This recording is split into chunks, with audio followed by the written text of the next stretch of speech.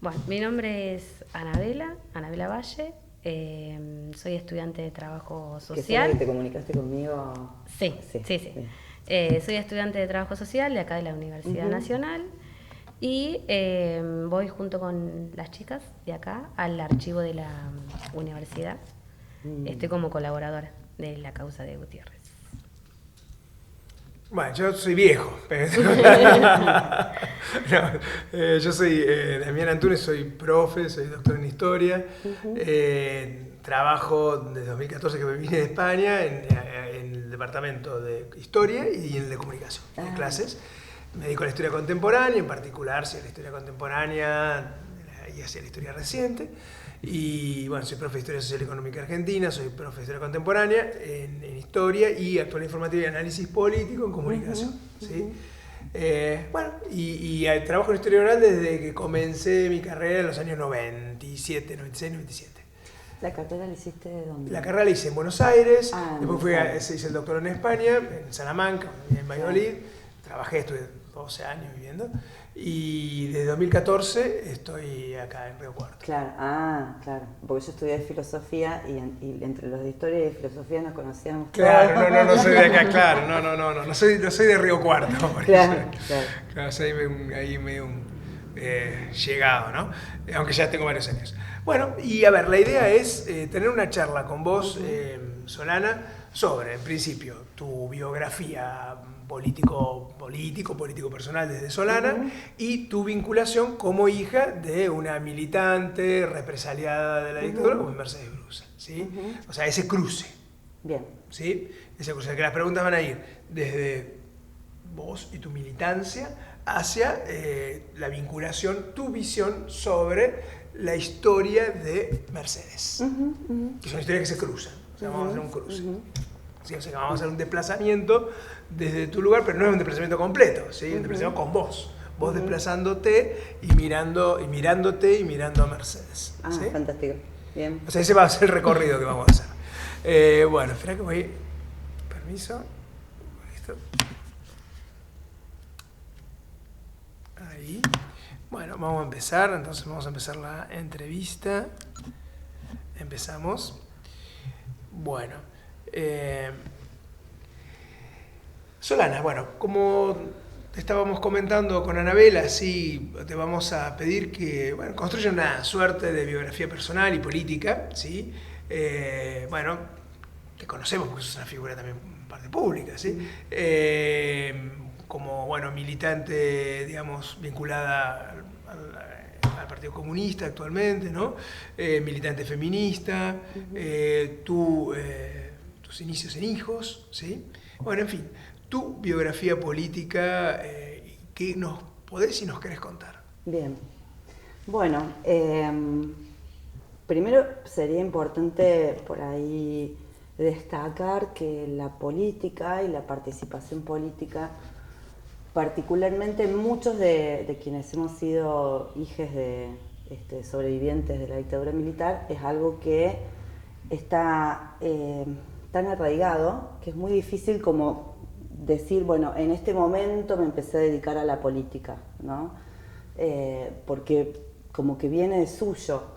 Yo creo que es a partir de la conciencia en el desarrollo de la niñez en que uno empieza a tener eh, digamos, una conciencia política, porque también tenía que ver con el contexto. Entonces, por ejemplo, la manera en que nos organizábamos familiarmente, teniendo en cuenta de que eh, este, mi niñez transcurrió todavía aún en dictadura, mis primeros años de infancia transcurrieron aún en dictadura, entonces nuestros vínculos, nuestras amistades, las personas con las que nos podíamos socializar, eran a su vez familiares digamos, sobrevivientes, eran los hijos de exiliados internos, me acuerdo que había varios que eran exiliados uruguayos que se habían venido también acá a Río Cuarto, entonces ya de por sí toda esta construcción social estaba relacionada al contexto sociohistórico en el que estábamos y a la política. Poder comprender lo que nos pasaba, porque teníamos que ocultar determinada información, porque después ya en democracia teníamos esa mirada acusadora, teníamos que politizarnos para poder, digamos, introducirnos en una sociedad que nos veía como los bichos raros, en que nos condenaba. Entonces, la política nace con nosotros y nosotras, ¿no? Un poco es eso. Eso hace que, bueno, desde muy pequeña tuviera inquietud, participación. ¿Siempre aquí en Río Cuarto? Acá en Río Cuarto, sí. Yo vine acá, vinimos con mi mamá y con mi hermano cuando yo tenía meses. Yo nací en Morón, nací en el... Ah, mirá qué bien. Nací en Morón el 28 de diciembre del 76 y días después de lo que fue el último intento de copamiento del ERP, donde estaba incluido mi papá, que él era combatiente del ERP. Eso fue el diciembre del 75. Diciembre del 75, exactamente. Claro. Yo no me acuerdo si fue el 24, 25, me parece que fue antes de diciembre, porque, bueno, mezclo un poco las cosas, cuando uno va a la historia es difícil, pero me costó muchos años poder armar... Montechingolo, concretamente. Montechingolo, exactamente, Montechingolo.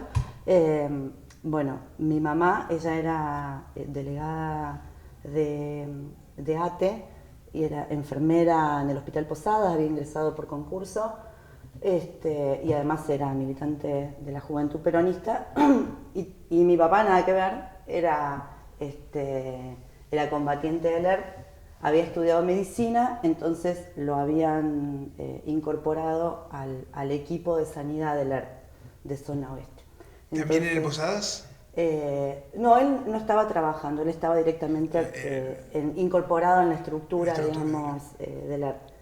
Entonces, a raíz de eso, él tuvo la tarea difícil de cuando se produce el copamiento de Montechingolo y fracasa, y es uno de los grandes fracasos del ERP, bueno, todos los que murieron y los que tuvieron que atender y asistir, bueno, mi papá estaba involucrado en eso. Entonces, mi mamá, además de su militancia sindical y de su militancia política, era, digamos, sostén y acompañamiento de toda esa situación. Las reuniones se hacían en mi casa en ese momento para poder, digamos, como elaborar la logística de lo que iba a implicar la asistencia médica a la retaguardia luego del copamiento. Entonces, mi vieja estaba ahí también en ese acompañamiento y en ese sostén, que significaba además tener una casa segura, que no saliera la luz y demás, ¿no? O sea, ella era parte de alguna manera, si bien no era parte de la organización, era parte de lo que significaba sostener todo eso en la clandestinidad. Embarazada de mí, con mi hermano, que nos llevamos 20 meses, viene esta derrota, que es una derrota tremenda, con muchos muertos por parte del ERP. Mi viejo sumamente afectado por eso, porque le toca atender a esos compañeros. Y mi mamá también con todo el miedo que significaba, porque esa derrota era una antesala de lo que de alguna manera iba a significar lo que iba a suceder después. Empieza con las contracciones y me tiene en el Hospital Posadas el 28 de diciembre. Lo que significó también para ella mucha soledad. Porque por todas estas condiciones y situaciones que se habían dado alrededor, no es que podían ir, no sé, familiares, amigos y festejamos que llegó la niña, digamos, era tratar de tener el menos movimiento posible para el resguardo de los otros, ¿no? Incluido de mi papá, que también tardó bastante en poder encontrarse con mi mamá, conmigo, con mi hermano. Y ya después en el... ¿Tu hermano 20 meses mayor que yo, sí. Mi mamá entra con licencia y él en marzo del 76, el golpe se da el 24, el Hospital Posadas fue un objetivo de la dictadura, fue un objetivo por el proyecto que representaba ese hospital, que tenía un proyecto, digamos, sanitario, pero iba más allá de lo sanitario, tenía un proyecto político, bueno, muy parecido a la experiencia que se vivió acá en Río Cuarto con la universidad, esa apertura, digamos, de ese proyecto hacia los territorios. Entonces, todo lo que era la asistencia, no solamente la asistencia, sino la prevención, pero también desde una construcción de una salud comunitaria. Y el nivel de politización del Hospital Posadas implicó entonces bueno, que sea un punto estratégico para la dictadura. Por eso viene el golpe el 24 y el 25, 26 ya se toma el hospital. Y el 28, que yo cumplía ahí, ¿3 meses? 3 meses de vida, mi mamá tenía que volver a trabajar al hospital. Y ahí, bueno, ahí tuve una discusión con mi papá, ¿qué hacen? Mi papá pasaba la clandestinidad, mi mamá dice, bueno, no, si yo paso la clandestinidad, alguien tiene que quedar como blanqueado para que pueda hacer un seguimiento de qué pasa con los hijos, con mi hermano y conmigo.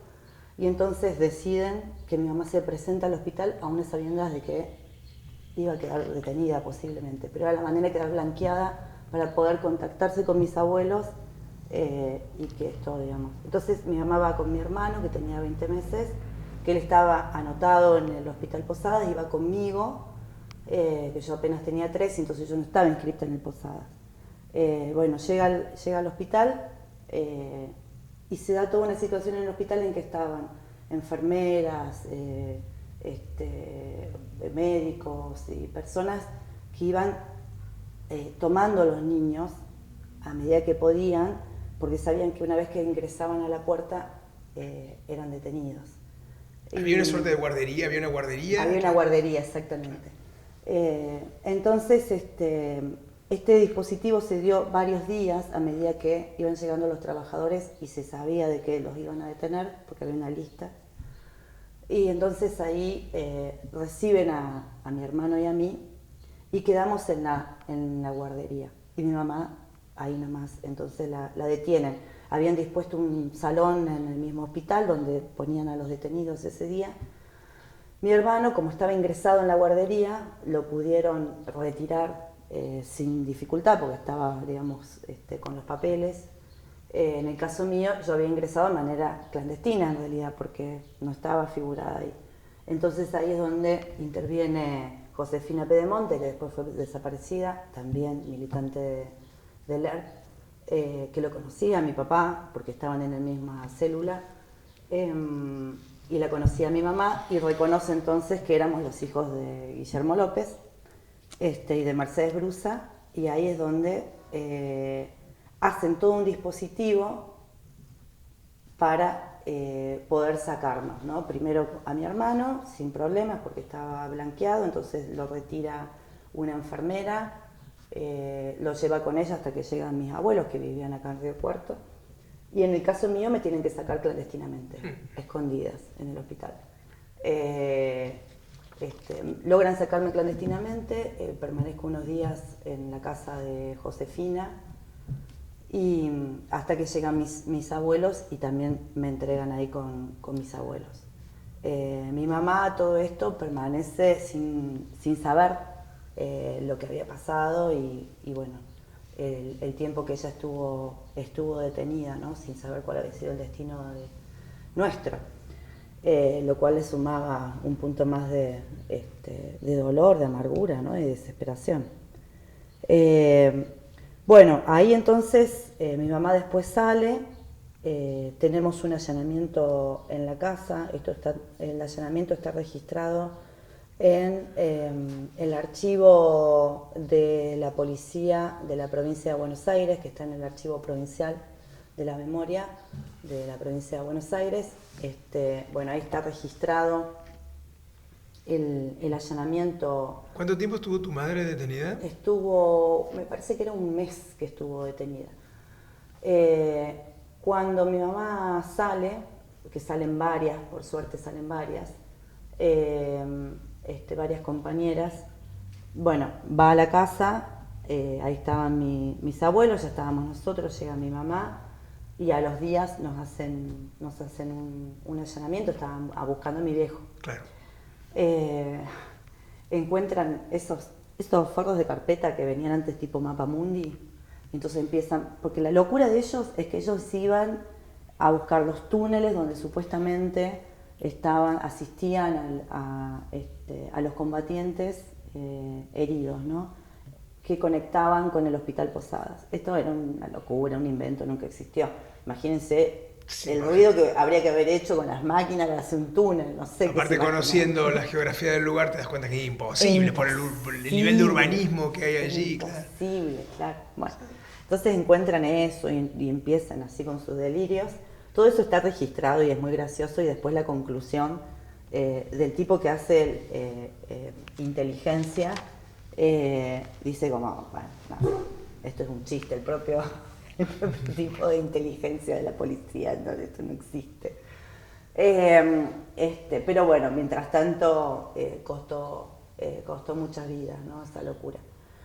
Y bueno, pasa ese allanamiento, después a mi papá lo van a encontrar un tiempo después, en julio, y va a estar detenido algún tiempo también.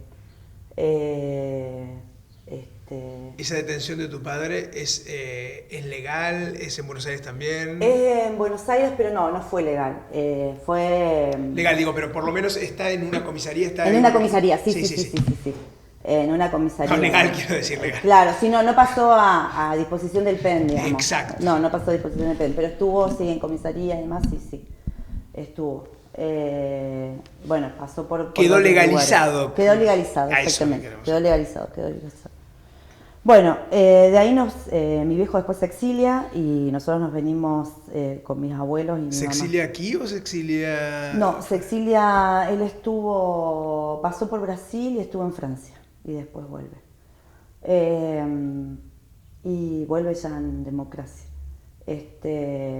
Nosotros nos venimos acá a Río Cuarto. A todo esto, mis abuelos como que sabían manejar ya la cosa porque mi abuelo ya venía de militancia política. ¿Peronista? Él era peronista, había sido funcionario público de la ciudad de Río Cuarto y de Rosario.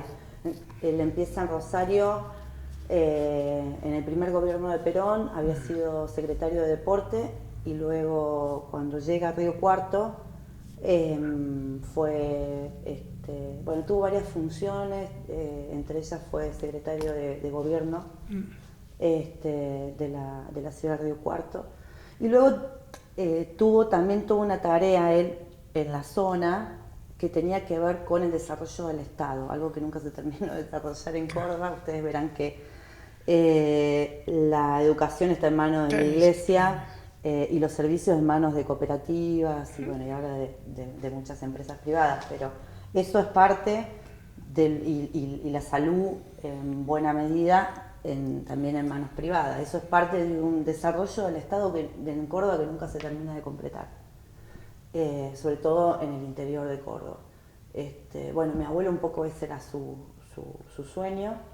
Él era escribano pero nunca ejerció, era un historiador autodidacta, hacía muchas investigaciones como historiador. Y luego, en su militancia y su participación política, estuvo preso en el 55, entonces ya venían con cancha. Y mi abuela, si bien nunca tuvo una militancia política, porque también era la época en donde las mujeres quedaban en la casa, pero siempre fue también ese sostén fundamental en la supervivencia, ¿no? De hecho, hay un episodio en el allanamiento en Buenos Aires, cuando están mis abuelos, mi mamá y nosotros, en donde mi abuela es la que encara ese comando que se presenta en mi casa, y es la que se anima, ¿no?, a enfrentarlo y le dice, bueno, nos matan porque estos hacían amenazas de fusilamiento y todas esas cosas que hacían ellos, y entonces le dice, bueno, nos matan a todos nosotros, no le vamos a decir dónde está Guillermo López. Y como este encaro hace que los otros, bueno, listo, acá no está, no, a eso no vamos a llegar, y se van. Ese era un poco el resumen digamos, del clima familiar, para poder entender de que esto de la política viene en uno. Viene en uno, entonces eso incluye que sentarse a comer implicaba comentar noticias de un periódico todo el tiempo, entonces la lectura y el análisis dialéctico de una noticia la aprendí, no sé, almorzando y tomando el desayuno con mi familia, ¿no? O sea, es como eso es un poco la vida de la política. Y luego, obviamente, eso también te posiciona de una manera particular ante el mundo, ante tus pares, porque no todos estaban en la misma. Y entonces no estaban todos en la misma, entonces había que también construir una identidad, un ser y un estar en esa particularidad en la que uno se movía, y creo que ese ser y estar, por lo menos en mi caso particular, tuvo que ver con, desde muy chica, representar, como pararme a representar a aquellos a quienes yo veía también vulnerados por alguna razón. Claro, ese ser y ese estar, ese aquí y ahora, muy gelstañano, ¿no? Vamos a ponerlo. ¿Es en Río Cuarto cuando ya tenés, a partir del año, ¿no? Ya estás en Río Cuarto. A partir del año estoy acá. Y ahí, con tu madre, con Mercedes Brusa, con tus abuelos, Mercedes logra insertarse en el campo de la salud en Río Cuarto. Bueno, ese es un momento difícil, sí, ese es un momento difícil porque cuando nosotros llegamos acá, mi abuelo no podía cobrar la jubilación porque había sido preso político. Claro. Entonces la dictadura dice, no cobra jubilación. Mi abuela, ama de casa. Claro. Mi mamá es prohibida, digamos, a nivel del Estado, pasa a estar en una lista negra, no puede ingresar más al Estado. Entonces la pasamos bastante mal. Y ahí es donde empiezan las redes solidarias de aquellas familias que estaban pasando por la misma, de que también tenían algún grado de militancia. Es un momento en donde son muy pocas las personas que no tuvieran algún tipo de participación política de que fueran solidarios, digamos. Esto era como, bueno, era el terrorismo de Estado, ¿no? Entonces eran pocos. Una figura que fue muy importante y que fue muy significativa para nuestra familia fue el padre Filipuzzi, que era cura, creo que la iglesia era San José, que era cerca de mi casa. Porque ustedes a Río Cuarto llegan a la casa de...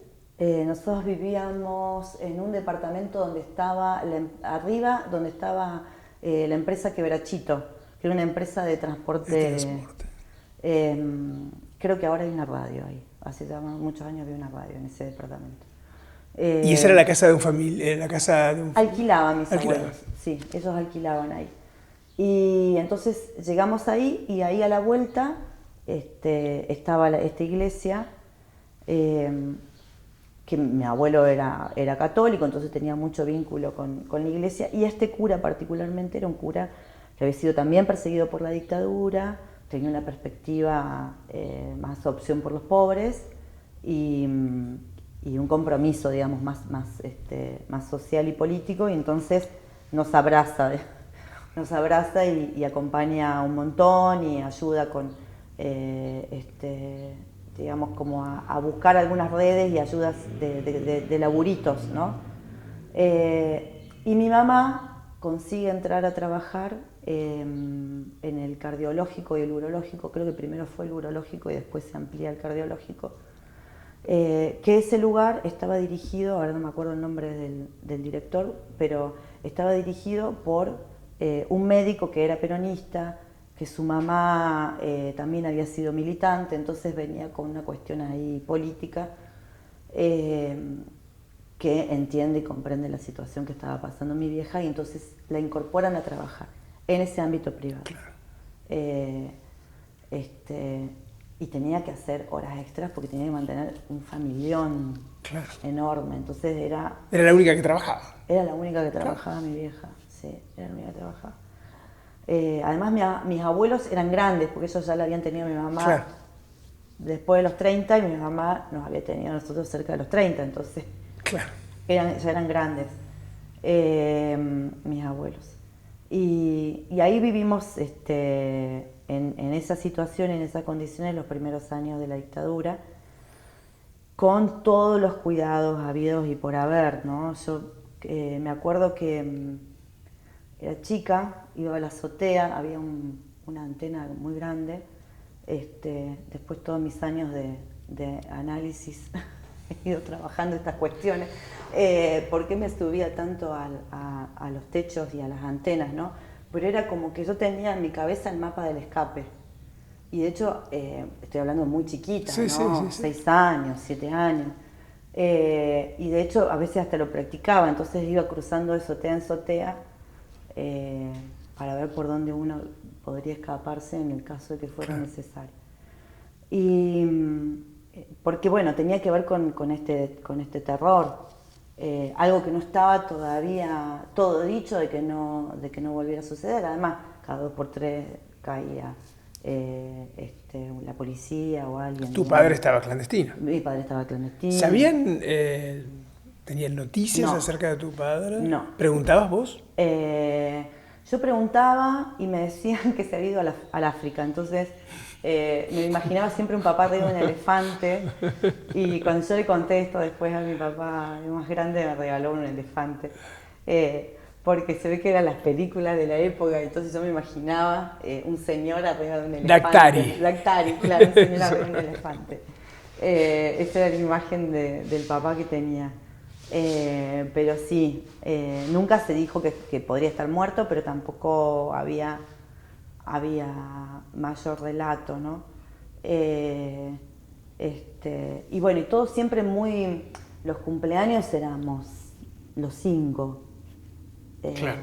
No se invitaba a nadie a la casa, se hablaba muy poco hacia afuera de quiénes éramos. ¿Tenían alguna coartada, digamos, de algún relato para explicarle para explicar hacia afuera? No tengo papá. En la escuela no tengo papá, claro. No tengo papá. No sé quién es, no tengo papá. Bien. Esa era la coartada. Claro. Sí, no tengo papá. Sí, no tengo papá. ¿Y el apellido que utilizabas era el apellido de tu papá o el apellido de tu mamá? De mi papá, sí. Sí, yo decía, bueno, eso, pero como que no... No dabas mayores explicaciones. No daba mayores explicaciones, sí, no tengo papá y listo. Y siempre sí, me acuerdo que una vez yo había encontrado un López, que hay millones, en guardería. Tengo así vagos recuerdos, debo haber tenido 4 años. Y en ese momento el jardín era de 5, creo, ¿no? Y entonces me acuerdo que fui y lo comenté, que había hablado de mi papá, y me acuerdo como la sensación de terror, ¿no? De mucho terror. Y mi abuela ahí entonces me dijo, es más lindo el apellido de tu abuela paterna, Argüello. Decía Argüello, me dijo mi abuela. Que era como una manera como de sutil de... Yo era muy chica. Me acuerdo como una manera sutil de que ante estas situaciones así como medias difíciles, donde tuviese que hablar un poco más de mi viejo, dijera Argüello. Entonces, después, durante un tiempo de mi infancia, yo decía López Argüello. López Argüello. Y bueno, y después también las relaciones de amistad, como les decía al comienzo, las relaciones de amistad eran todos los hijos de los mismos, no sé, exiliados, internos, gente de mucha confianza. Si no era gente de mucha confianza, no había una relación de amistad. Era solamente en esos, digamos, en esos... Estabas muy limitada para traer compañeritos a tu casa, ya Claro, de primaria, claro. de amigos, amigas. Tal cual, tal cual. Claro. No iban. No iba. Y yo no Sí. iba a la casa de nadie. Claro. No, directamente no iban a mi casa y yo no iba a la casa Ni de a nadie. cumpleaños. Cumpleaños solamente de estos chicos Claro. con los que nosotros teníamos, Claro. digamos, la confianza y la tranquilidad de que... Todo estaba muy compañeros. cuidado. Súper cuidado, sí, súper cuidado. Eso, bueno, obviamente a mí me marcó un montón, Sí, claro. ¿no? A mí me marcó un montón. Hay un episodio yo ya más grande, siendo candidata a intendenta por Izquierda Unida en Río Cuarto, donde mi cara estaba por todos lados y de hecho la intención era que todo el mundo me conociera, de subir arriba de un taxi, entonces el taxista preguntarme cosas y yo empezar a desviar o a decir cosas que no eran tan así sobre mí. Y en un momento digo, ¿Para qué? ¿Pero para qué? Si aparte todo el mundo me conoce. Era absurdo. Estoy haciendo esta cosa loca. Pero bueno, tiene que ver con esta cuestión también de la supervivencia. No es lo mismo el militante que conscientemente adquiere, digamos, un mecanismo de control, de defensa ante posibles situaciones, que de una manera hasta inconsciente de niño queda a modo más de trauma, digamos, ¿no? Queda a modo más de trauma. Solana, y a partir del 83, ¿cómo transcurre tu vida, tu vida infantil, digamos, hacia la adolescencia? Nos hicimos radicales con mi hermano.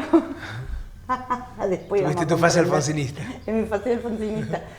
Guardamos, no sé si mi mamá, seguro que ella que guarda todo lo de tener un cartel que nos hizo, imagínate en el 83 yo que tenía 8, ¿no? 8 años me parece que era. Sí, porque yo que soy del 73 tenía 10. Claro, 8 años.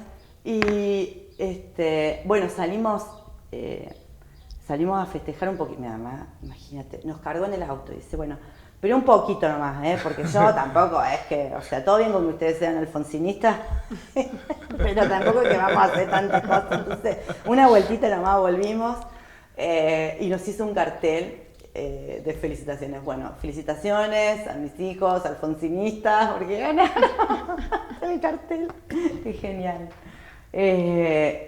Bueno, nada, fue un respiro. O sea, por eso lo vivíamos así, como si hubiésemos ganado el mundial, ¿entendés? Para nosotros era como la gente festejar el mundial. Y se vivió un poco así. Un poco así, se vivió un poco así. Bueno, y nosotros lo vivimos de esa manera. Y bueno, fue un festejo de que se iniciaba la etapa democrática. Y después ya nos empezamos como a incorporar en otra línea de la política que antes no estaba. Antes era más desde el resguardo, era más desde el cuidado de esta cuestión del terrorismo de Estado, que digamos que a nivel de lo inconsciente es como una monstruosidad, porque está en todos lados y tiene una presencia. Por eso el terrorismo de Estado es lo que es, ¿no? Tiene una presencia así omnipotente. A ya poder empezar a comprender la política como en las otras dimensiones, ¿no? Claro. Los problemas económicos, las crisis sociales, qué sé yo. Como que ahí... Aparte, rápidamente esa joven democracia se encuentra con esos problemas. Tal cual. Entonces ahí, bueno, pudo como empezar a circular en la familia ya esta otra comprensión que nos empezó a ubicar de otra manera, ¿no? ¿Hay un reencuentro con tu padre post 83? Hay un reencuentro con mi papá vuelve en el 84 me parece, y ahí nos encontramos, lo conocemos, se presenta en Río Cuarto, eso fue muy loco, porque me acuerdo que yo estaba en la pieza, viene mi abuela y me dice, bueno, tengo una sorpresa, bueno, ahí llegó tu papá, y para mí era como una cosa así como tan extraña, ¿no? Y me acuerdo del momento, él estaba sentado y nosotros estábamos sentados así, ¿no? Y lo mirábamos. Y ahí ofició de de objeto transicional los libritos, porque trajimos libritos de cuento, entonces él empezó a hablarnos desde los libritos que estábamos leyendo, ¿no?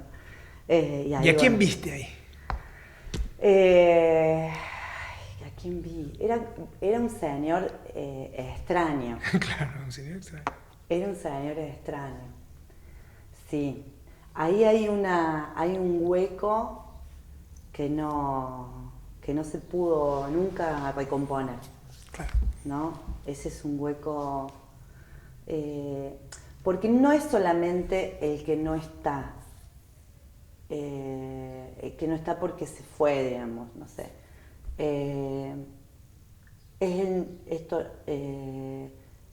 lo que no tengo, es lo que no está, es lo que no se puede decir. Es una falta, tal vez. Sí, es una falta, claro, es una falta. Es como, digamos, ese hueco de alguna manera representa lo innombrable de todos esos años. Claro. ¿No? Condensa todo eso. Condensa todo eso, sí. Entonces, cuando vino, ya hay algo que no se puede ahí como ubicar. Claro. Y siempre va a ser ese señor extraño. Y lo que viene después es lo que uno construye a partir de ahí.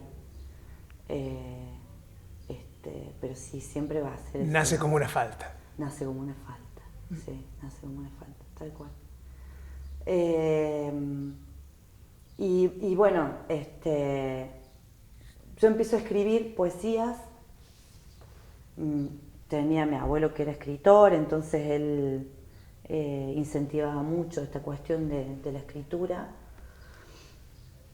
Y hay dos cosas que se dan en mi escritura, ¿no? Una es que desarrolle una letra ilegible, de la cual nunca se modificó, y es la manera como de preservar que lo que ahí está dicho solamente yo lo puedo comprender. ¿Te traía problemas en la escuela? Muchos, Claro. enormes problemas en la escuela. Y me lo siguió trayendo después, estudiando en la universidad. Claro. He tenido que presentar el examen y luego pasarlo a máquina, como firmar, bueno, todas unas cosas, porque bueno, es una letra bastante ilegible, y algo que no lo he podido corregir más, y tiene que ver con esta cuestión del ocultar. Y nace la metáfora como algo digamos, más saludable, la metáfora, como una manera de código, de comprensión entre algunos, ¿no? La metáfora, si bien expresa algo que uno dice, pero simbólicamente no es compartido por todo un universo, sino por un recorte de ese universo. Y aquellos que decodifican. Exactamente. Entonces, además uno puede decir, bueno, no era eso lo que quería decir.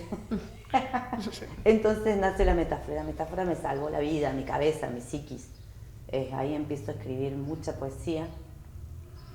A los 9 años hice una poesía a Tupac Amaru, porque además aparece una cuestión de que yo me identifico mucho con los pueblos originarios,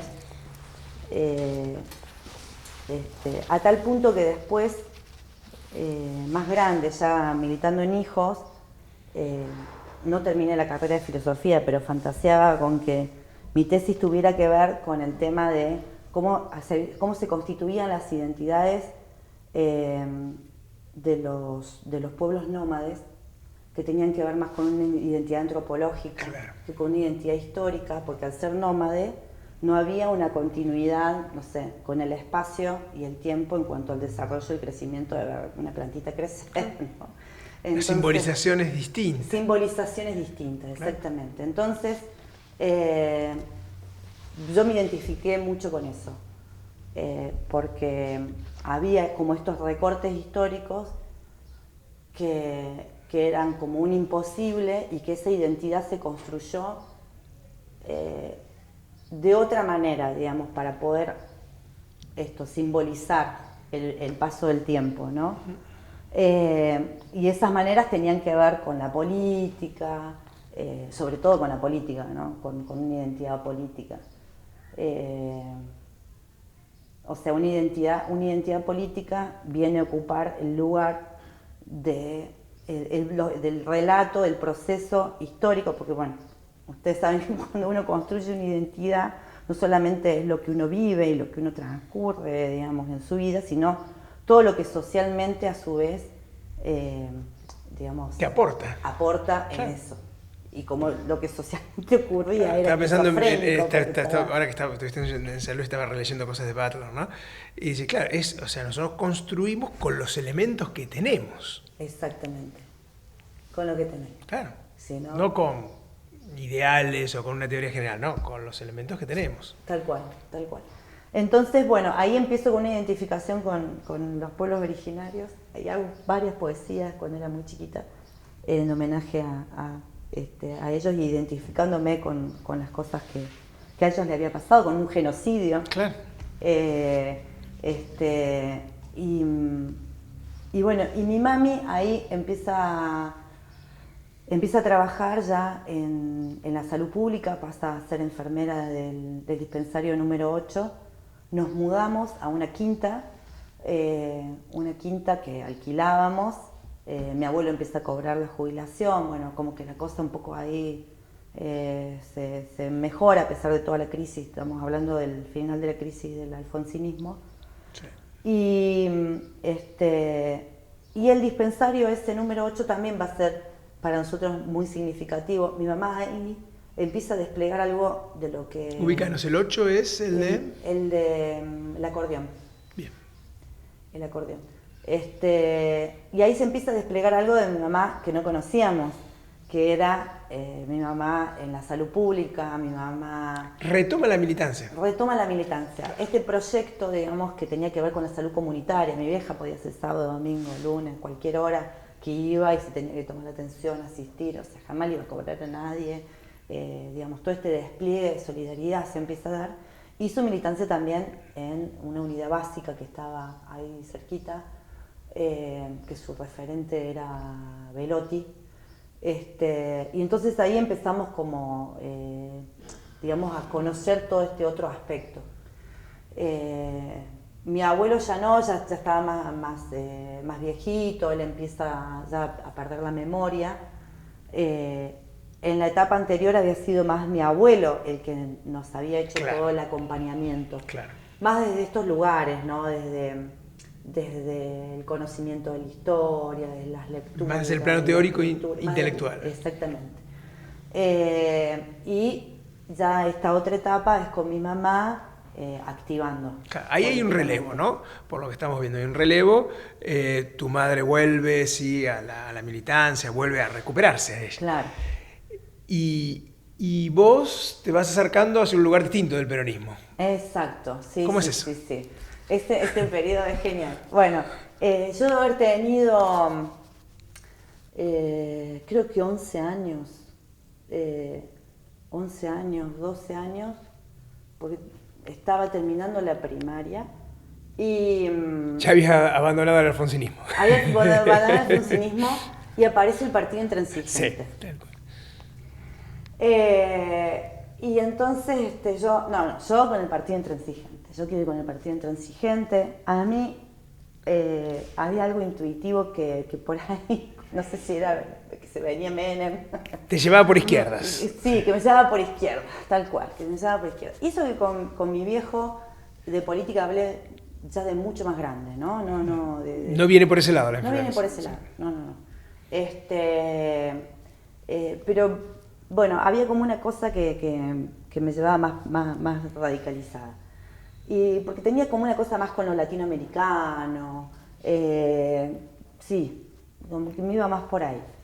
Y entonces fui así a un par de... Bueno, además, digámoslo, Solana, el peronismo era muy poco atractivo entre el 89 y 90. Exactamente. Para una joven, sí, que sí, tiene pretensiones, digamos, por lo menos de cambios, reformas. Claro, tal cual. Entonces, bueno, mi mamá me consigue una cita, una reunión que daba el PI, una charla que daba el PI, así que voy. Y es muy gracioso. Yo a veces me he imaginado, no tengo foto, pero me imagino yo chiquita, así, ¿no? 11, 12 años sentada ahí viendo una charla del Martín Trency. No sé si entendí algo, pero era como que yo quería estar ahí. Pero después fue, por lo menos acá en Río Cuarto, más un fenómeno electoral. No hubo una continuidad, algo de donde yo me pudiera identificar. Entonces quedé ahí medio boyando. Ya después empiezo el secundario a los 13 años. En esa época, acá en Río Cuarto, hablar de centro de estudiantes era un imposible. O sea, no existía la posibilidad de armar un centro de estudiantes. ¿A qué colegio fuiste? Yo fui al secundario, ingresé en Los Ángeles Custodio, porque además, como parte de esta cuestión de cómo está distribuido el Estado, vivíamos en Banda Norte y no había muchas opciones de escuelas, digamos. En esa época había un solo puente, que era el puente El Carretero, entonces manejarse sola, así cruzar el puente para venir al centro con un colegio, era como un quilombo. Entonces era mucho más fácil, listo, vamos a una escuela privada, digamos. Pero que de todos modos una escuela privada y popular, porque iba gente laburante, digamos, iban los hijos de los trabajadores de los barrios. Y entonces voy ahí, pero no, de centro de estudiantes, esas cosas, nada. Ni siquiera en las públicas había centro de estudiantes, era una cosa. El Cuarto estaba muy atrasado en eso. Van a pasar varios años hasta que se empiezan a organizar los pibes en Río Cuarto, ya más cercanos al 2000. Y entonces, ¿por dónde? Yo tenía una inquietud de participación política. Mi abuelo había estado en Cáritas, entonces voy y lo ayudo en Cáritas, pero era como que eso no me terminaba de cerrar. Entonces me vinculo a un grupo católico que estaba en la iglesia, creo que es Jesús Resucitado, que es la que está ahí en Banda Norte, por la Quirico Porreca, que ellos hacían teatro. Y me voy por ahí, ¿no? Me voy y hago teatro con ellos, hacíamos obras así, como que algunas obras clásicas. Yo me acuerdo que llegamos a hacer la Carza de Bernarda Alba y hacíamos también algunas construcciones nuestras de obras que interpretaran la realidad social, más así como que era un grupo más de adultos vinculados a la iglesia que laburaban con los adolescentes del barrio. Entonces, bueno, me voy por ahí. Y hacemos varias de estas obras y luego me llega el primer texto de Marx con ellos. Yo tenía 14 años. Era un texto que era como una especie de recorte de manuscritos de Marx. Y bueno, me voló la cabeza, ¿no? Me voló la cabeza. Ese texto nos lo alcanzan, estos chicos después van a ser de Patria Libre. Van a ser de Patria Libre. Ese texto nos alcanzan porque era como parte de un taller donde después íbamos trabajando cuestiones, digamos, de obras de teatro, ¿no? Y bueno, obviamente mi mamá en todo esto nos reincentivaba. Para ella la politización era una herramienta no solamente de lucha y de constitución, sí, ¿no? De superación, digamos, ¿no? Y también de sobrevivencia. O sea, para ella que nosotros estuviéramos politizados era como asegurarnos que íbamos a tener una buena adolescencia. Que íbamos a canalizar bien las cosas, que íbamos a poder pensar bien. Y siempre muy libre pensadora, o sea, mi vieja nunca nos impuso, bueno, ustedes acá, no sé, Perón, Evita, no. No era adoctrinadora. No era adoctrinadora. Además debo decir que mi mamá a Perón no lo quería, ella era con Evita. Entonces también eso nos limitaba bastante con el tema del PJ, que era tan Perón. Y sí, ella reivindicaba mucho la figura de Evita, era Evita. Entonces, bueno, empiezo por ahí mi participación, después me meto en un grupo juvenil de la iglesia, empezamos a hacer laburo en los barrios, me voy al Alberdi a una iglesia que estaba en el Alberdi, empezamos a hacer ahí trabajo en los barrios, y llego a los 15 años con una crisis existencial. ¿Dios existe? Esa es mi crisis existencial a los 15. Entonces, algo que tengo incorporado desde chica, ¿quién me va a dar la respuesta? Los libros. ¿A dónde voy a buscar la respuesta? Y el padre Filipuzzi, que había sido una figura tan importante en mi infancia, estaba como director del seminario. Y entonces decido ingresar a estudiar, que se iba todos los sábados, durante 2 años, entre mis 15 y mis 16 años, a estudiar para misionera laica. Y ahí, bueno, tenemos una formación de la, no sé, derecho canónico. Se inicia tu teología. contacto con la filosofía. Se inicia mi contacto con la filosofía, Claro. tal cual. Se inicia mi contacto con la filosofía. Ahí tengo unas charlas maravillosas con Filipuzzi, porque yo iba y le cuestionaba millones de cosas, y él le encantaba, entonces me abría la puerta de la biblioteca ahí del seminario, y ese silencio particular que tiene la biblioteca del seminario, además tiene una vista hermosa al patio interno, y entonces era esta cuestión de, bueno, ¿por qué el politeísmo? El politeísmo tenía que ver con que, bueno, solamente se vinculaban con las cosas que los rodeaba de la naturaleza, Claro. por eso no se hablaba de un solo Dios. Entonces yo le cuestionaba eso, bueno, y se da todo un periodo ahí hermoso, y al mismo tiempo yo era bailarina también, era bailarina de danza clásica, que la danza a mí lo que hace es como que me da una estructura también, ¿no? Me da una estructura y una disciplina. Y te constituye con el cuerpo. Y me también. constituye con el cuerpo. Claro. Tal cual, sí. Entonces, bueno, en estas combinaciones. Y ahí, por supuesto, todo el acompañamiento de mi familia, de mi abuela, de mi vieja, siempre ahí sosteniendo todas estas cosas, ¿no? Mías. Y bueno, finalizando el secundario y ya terminando el curso que hacía de misionera, suceden varias cosas a la vez. Una de las cosas que suceden es que las preguntas a las que yo fui a buscar no encontré respuestas. No encontré respuestas en eso. Otra de las cosas que suceden es que al mismo tiempo hay un cambio en la política interna de la Iglesia. Antes estaba toda una línea más fascista que venía de la dictadura, pero que como que estaban ya medios viejos, se les había escapado un par de estos curas que habían sobrevivido a la dictadura y que tenían lugares importantes. Pero viene un cambio, un cambio liberal, tuvo una línea de la Iglesia liberal. Entonces empiezan a barrerlos a todos estos, y entre ellos a Filipuzzi. Y lo mandan castigado de cura a un pueblo, donde después muere, no sé si muere de cirrosis, una cosa así bastante triste. Y para mí eso es un golpe.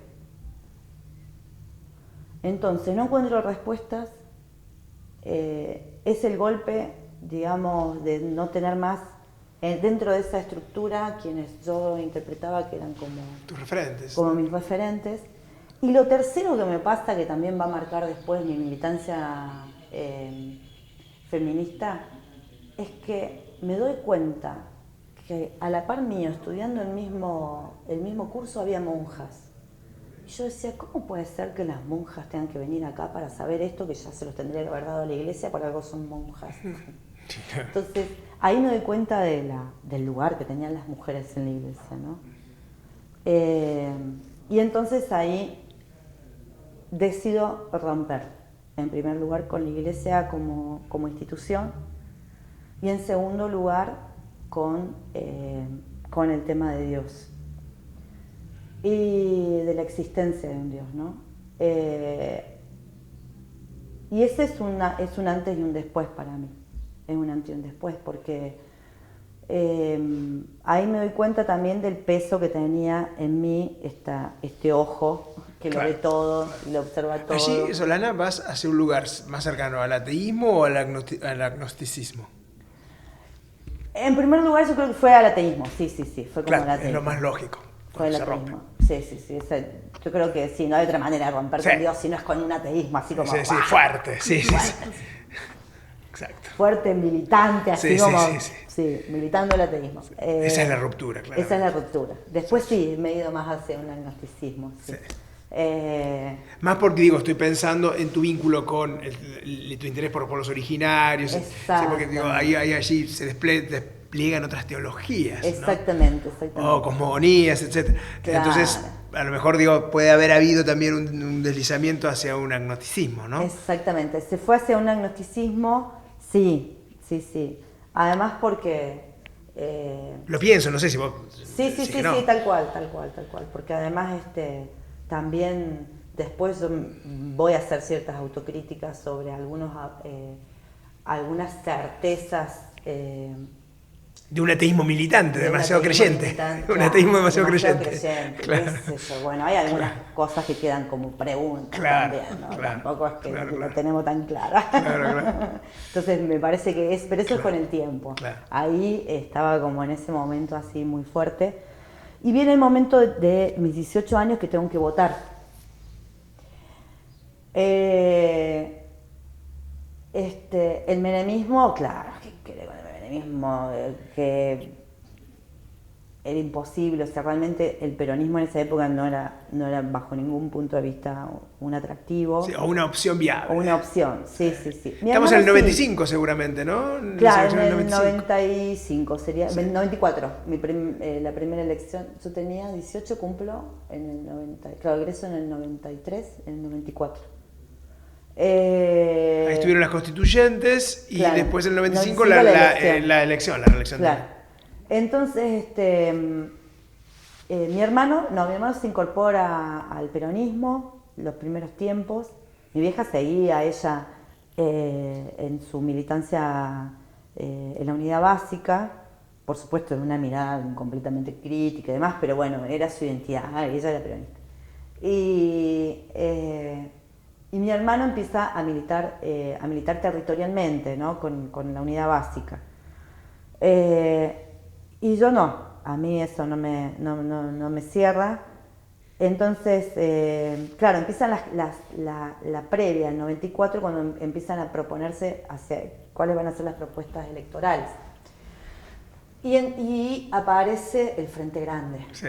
Y dije, es por acá. Bueno, al fin. Pero una historia parecida. Algo.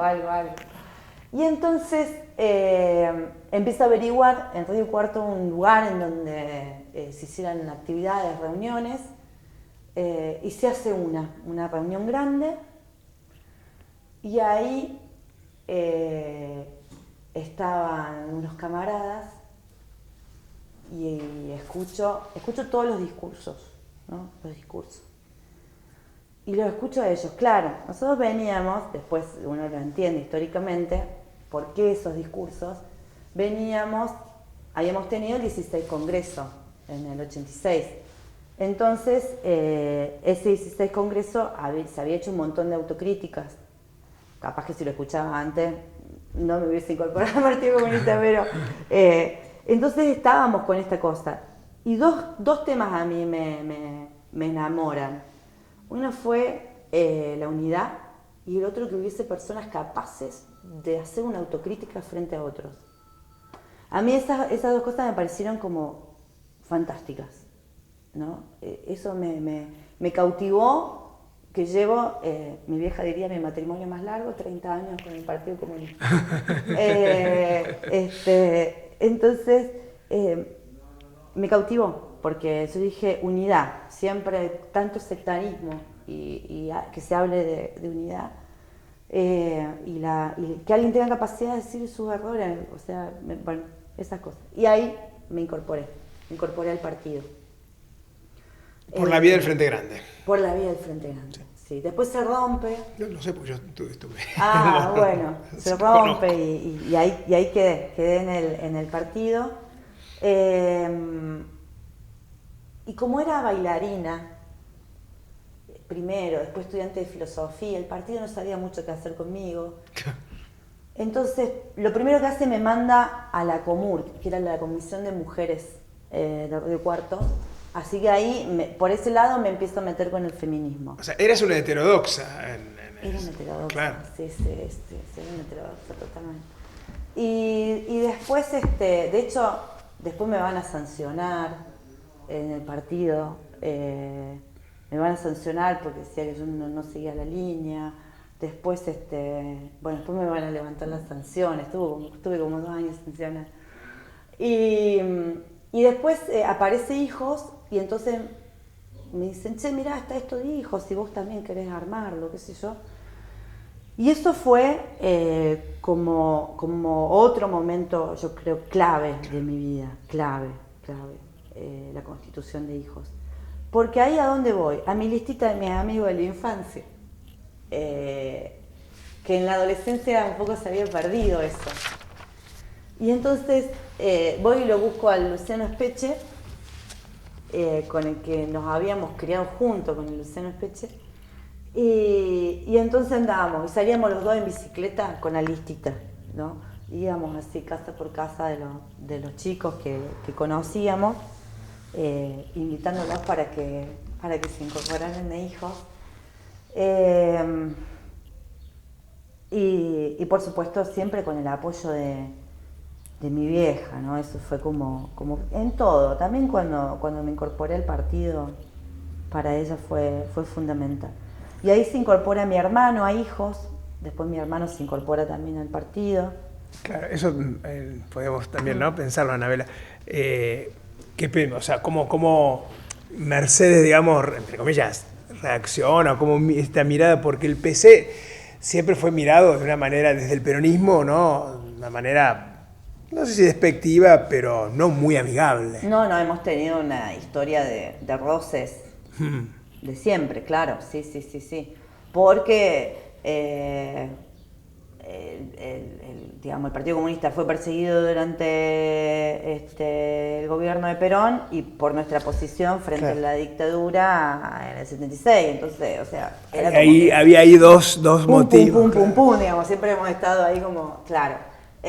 Sin embargo... ¿Y con tu padre hubo algún diálogo en torno a...? Sí, mi papá enojadísimo. Pero claro, porque Sí, imagino, viniendo del ERP...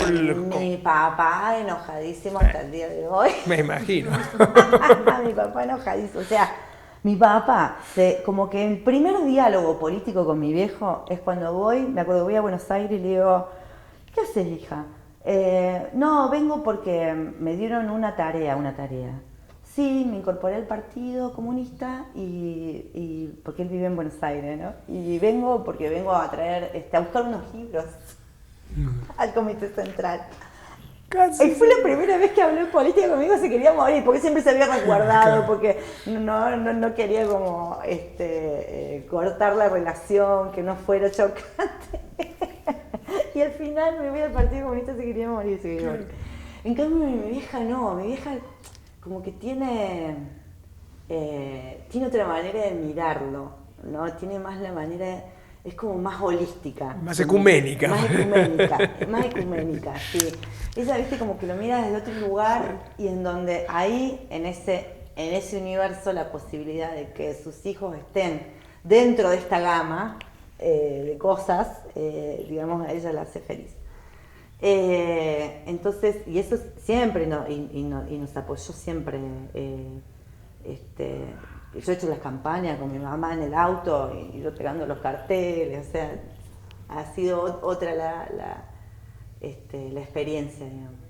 Mi viejo más racional en eso, ¿no? Más como, claro. Y más como un fundamentalismo político. ¿Tu padre continuó una militancia política post 83, no, 84? Le pasó lo que, bueno, a muchos del ERP le pasó, ¿no? No tiene lugar. No tiene lugar. Claro. Y eso, lamentablemente, yo creo que es un debe de la política argentina, porque el peronismo sí consiguió de alguna manera tener una continuidad, una recuperación histórica, y el ERP y el PRT no la tienen. Sí. No la tienen. Toda la demonización aparte, ¿no? Tremenda que hay, pero no, digo, más allá de que ellos además no pudieron reconstruir un espacio político, bueno, algunos fueron al PI, qué sé yo, pero como que no tuvo que ver como una continuidad. Y porque ahí podemos pensar, por un lado, la línea guevarista encalla, ¿no?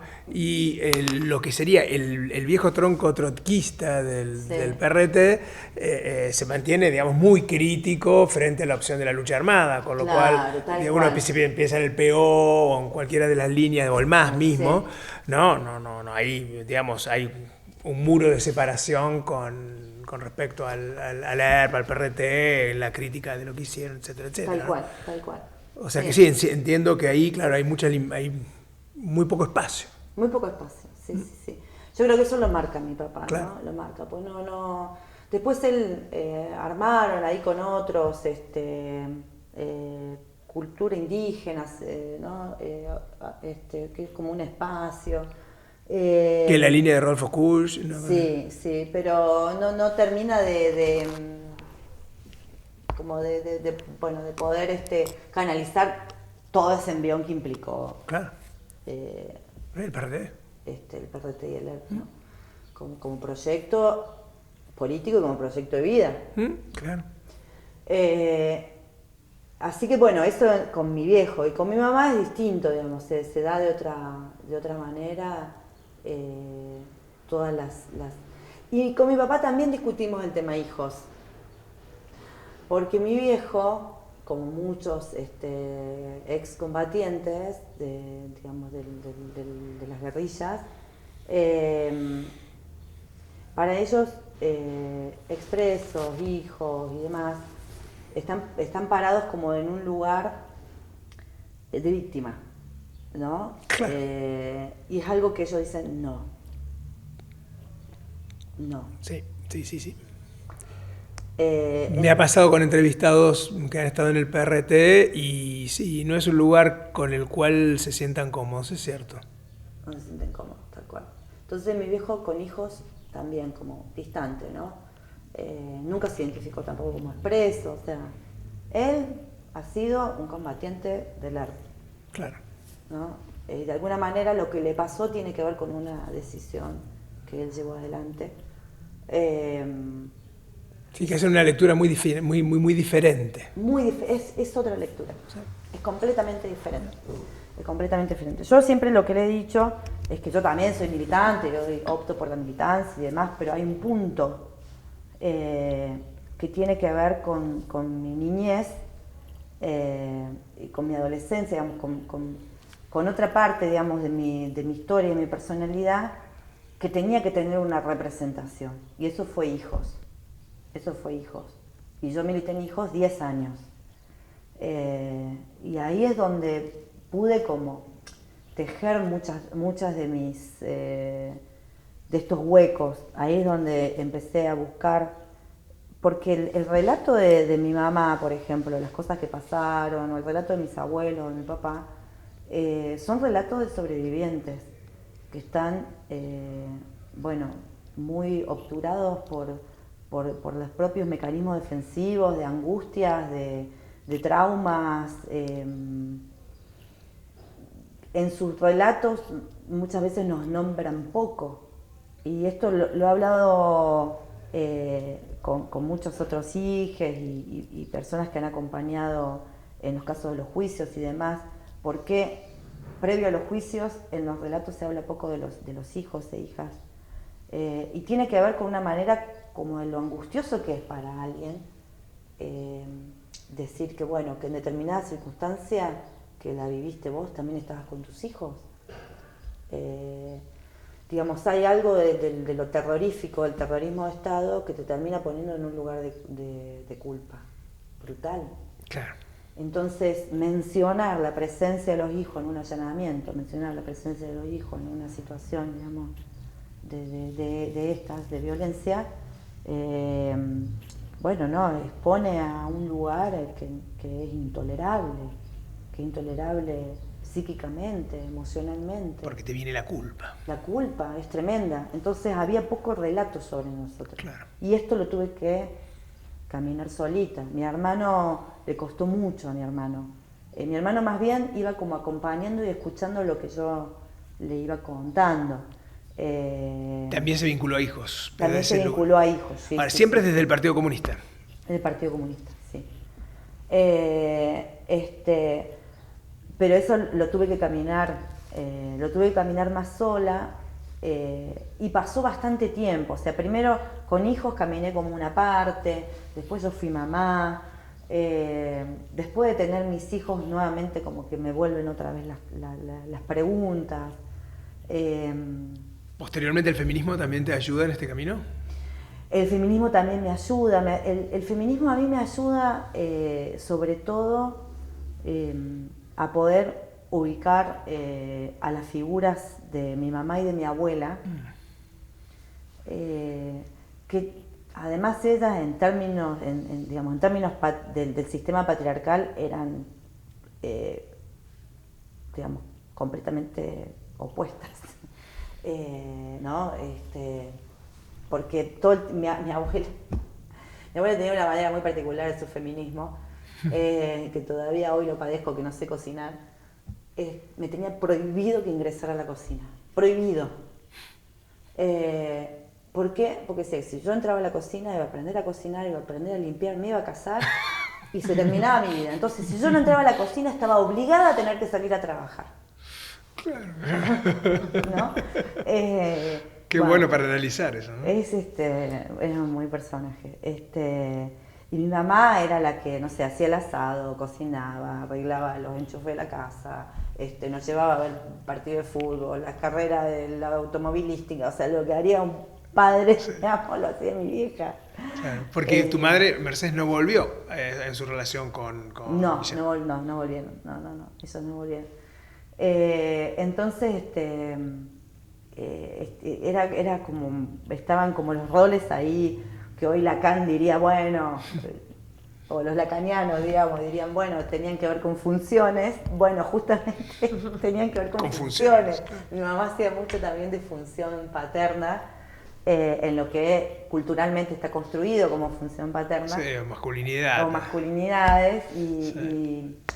y bueno, mi abuela, desde su maternar, con estas particularidades, ¿no? Ahora, ¿ambas tenían ese lugar de madrazas, entre comillas? Más allá de estas disparidades. Mi abuela era como la típica abuela que malcría, digamos, ¿no? Y mi vieja era la que era la ley, la que tenía que decir, bueno, pero claro. acá, bueno, para. Pero ahí hay un lugar de mater, ¿no? Sí, Claro. sí. Sí, que obviamente eso también va a marcar, Claro. y va a marcar en términos de lo que va después.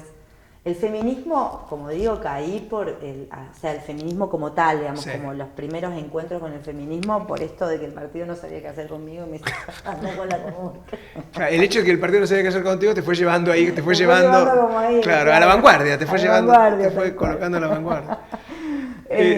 Sí. Y después, bueno, también mi militancia feminista, como nos ha pasado a todas las mujeres en general en la política, nos vamos haciendo lugar como una cuña, ¿no? Así como, bueno, vamos en cuña, empujamos, porque siempre era de los lados laterales.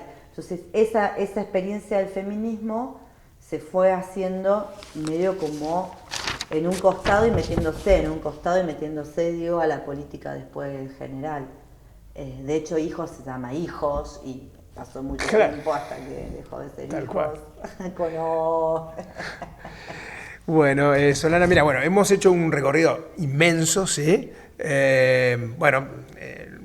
La idea era esta, en esa construcción ir viendo, digamos, el lugar y la relación, como decíamos, con Mercedes, también en todo lo que tiene que ver, ¿no?, con el recorrido del corte del golpe de Estado, ¿sí?, ¿no?, en lugar de ruptura del golpe de Estado, cómo es esa relación tuya, que se va incorporando a la militancia, de Mercedes que se reincorpora en toda la postdictadura y el inicio de la democracia. Y yo quisiera cerrar la entrevista con, siendo muy, siendo muy anacrónico y metiéndome de lleno en la actualidad, ya que pasamos por, digamos, toda la postdictadura, ¿no? La transición democrática, dado que ahora, digamos, estamos debatiendo, ¿no? El impacto de la película Argentina en 1985, no sé si la viste o no. Todavía no llegué a verla. Todavía no llegaste a verlo, yo la vi este fin de semana. O sea que estoy muy metido con esa parte de las entrevistas, con ese tema, parece que estoy yo también muy influenciado. ¿Qué pasó allí con el tema del juicio de las juntas? ¿Cómo lo ves? ¿Cómo lo viste? Si ahora lo estás reviendo con respecto al debate de la película, ¿qué me puedes decir de esa Argentina 1985? ¿Qué nos puedes decir? Mira, vos sabés que hay algo extraño en relación a, yo creo que esos tiempos, hay algo extraño, porque digo, pareciera como un paréntesis entre la dictadura y el neoliberalismo. ¿Lo estuviste repensando ahora? ¿Lo estuviste reviendo? Lo estuve repensando ahora porque a partir de la película, en el marco del encuentro, me ha tocado hablar mucho, así charlando, digamos, ¿no? con las pibas más jóvenes, y que entonces a mí me costaba como ubicar los 80, y me di cuenta que el discurso nuestro habla mucho de la dictadura militar que construyó las condiciones y las bases para luego producirse el neoliberalismo a partir de Menem, ¿no? ¿Y qué hacemos con Alfonsín, los 80, el juicio de la Junta? ¿Qué hacemos con esa juventud que fundó la Franja Morada de Liberación, por ejemplo, que era un radicalismo que se consideraba gramsciano, con el MAS, que fue una organización inmensa. El propio PI. El propio PI, la Federación Juvenil Comunista, que fue la FEDE, claro, la época más grande de la Federación Juvenil Comunista, la delegación que fue a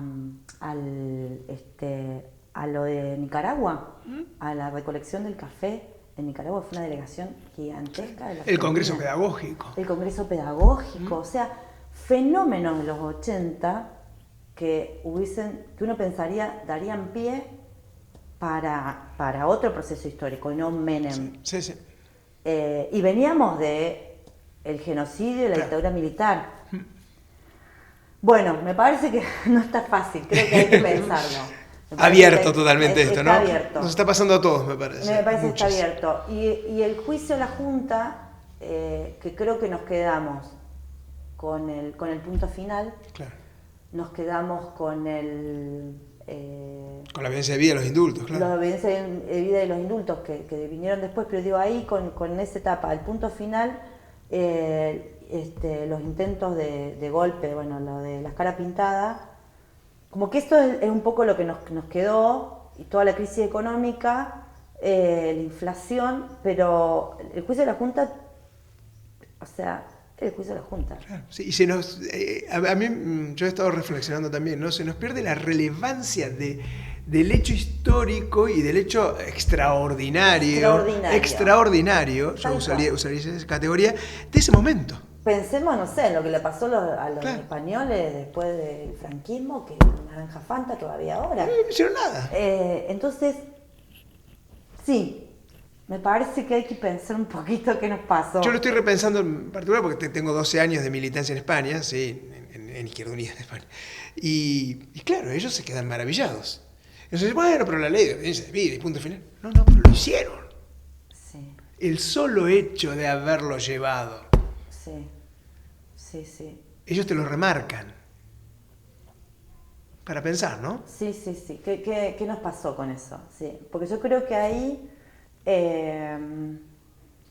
yo alguna vez había escuchado algo, no me acuerdo a quién, pero que decía que la generación de los 70, digamos, los que fueron quebrados, digamos, en términos de lo que la dictadura cuando te vence, y que los 80 fueron frustrados. Los frustrados 80, sí. Los frustrados 80, ¿no?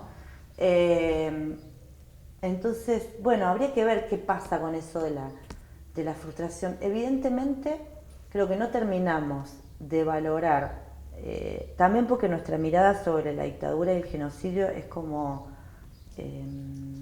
muy, muy oscura. Creo que hay algo que pudo sobrevivir, que se pudo meter por ahí, que dio nacimiento a los 80, si no los 80 no hubiesen sido posible. No hubiesen sido posible. Creo que quizás hay algo para desentrañar todavía de lo que se pudo sostener durante la dictadura, que dio origen a los 80. Pero habría que ver en torno a qué se identificó, ¿no? ¿Qué fue lo que identificó ahí que esa frustración decayera con Menem? Silvia Bleichmar, a quien yo admiro muchísimo, la psicoanalista Silvia Bleichmar, ella ha trabajado, hay que como que hurgar un poquito porque ha trabajado así medio separadamente en algunos textos, sobre ciertas características sociales, pues ella además es socióloga, fue socióloga, ciertas características sociales que hace que, digamos, los argentinos y las argentinas tendemos a como aferrarnos a una cuestión de la esperanza, ¿no? A una cuestión de la esperanza.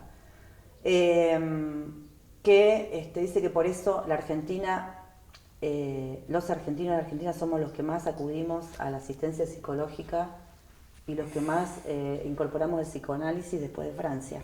Es cierto. Y que hay algo en relación a eso, digamos, en relación a la esperanza, en relación a la resiliencia, que está como en nuestra